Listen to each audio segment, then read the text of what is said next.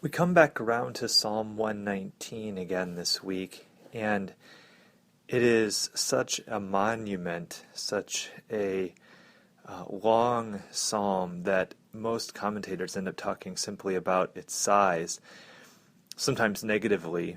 One commentator says that it is full of tedious repetitions, poor thought sequence, apparent lack of inspiration that reflects the artificiality of the composition.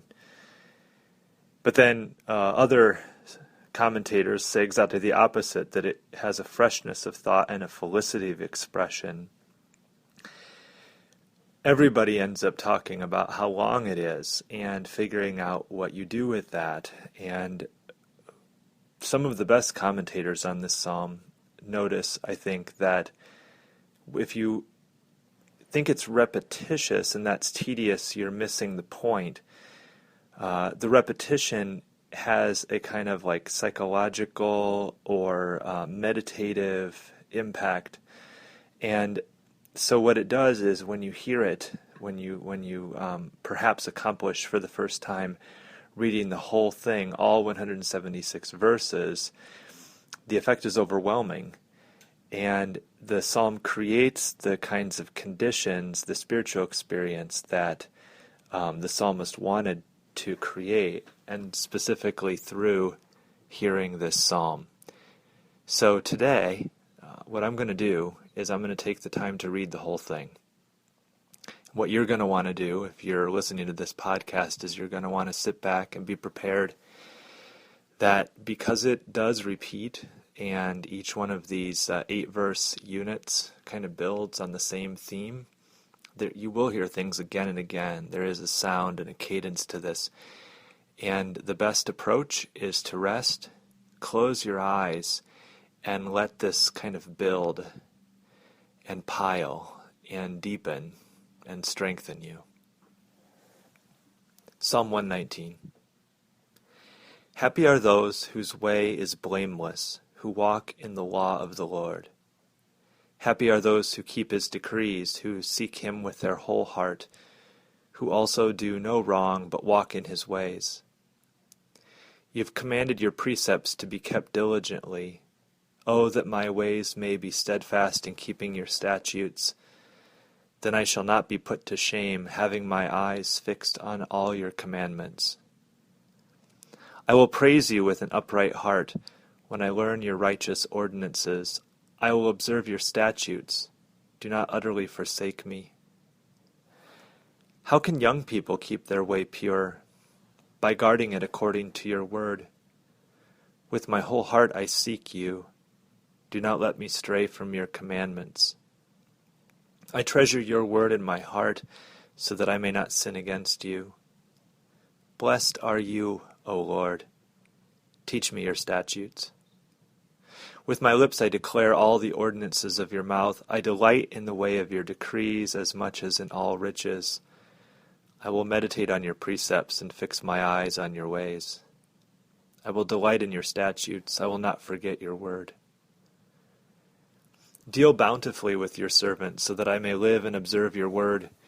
Open my eyes so that I may behold wondrous things out of your law. I live as an alien in the land. Do not hide your commandments from me. My soul is consumed with longing for your ordinances at all times. You rebuke the insolent, accursed ones who wander from your commandments. Take away from me their scorn and contempt, for I have kept your decrees.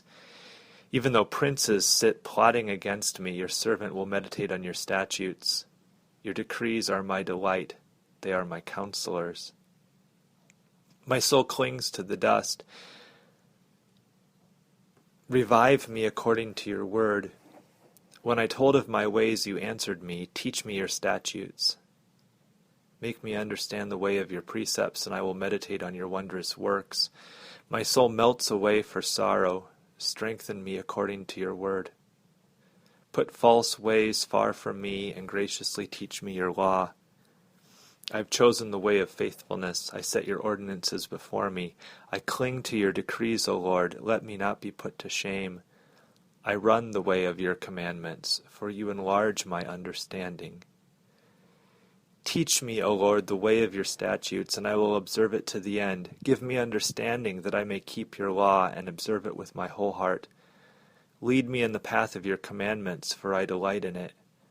Turn my heart to your decrees and not to selfish gain. Turn my eyes from looking at vanities. Give me life in your ways.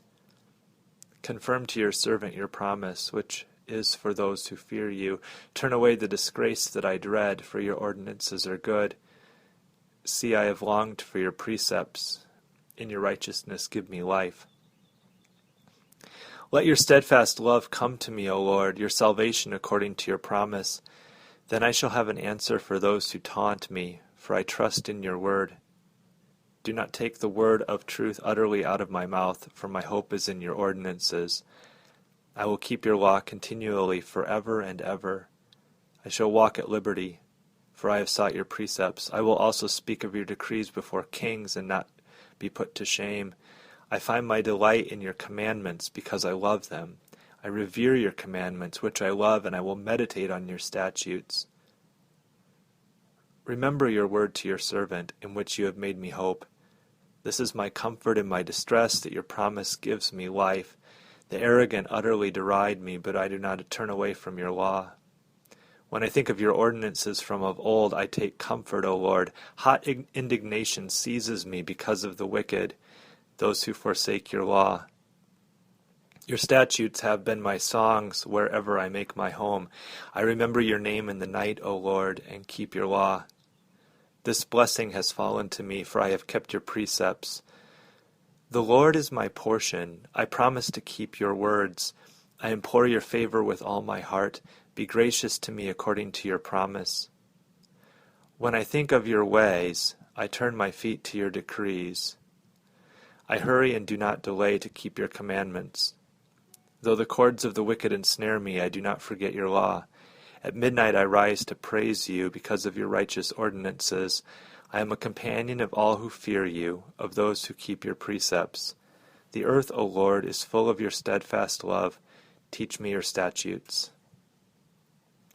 You have dealt well with your servant, O Lord, according to your word. Teach me good judgment and knowledge, for I believe in your commandments. Before I was humbled, I went astray, but now I keep your word. You are good and do good.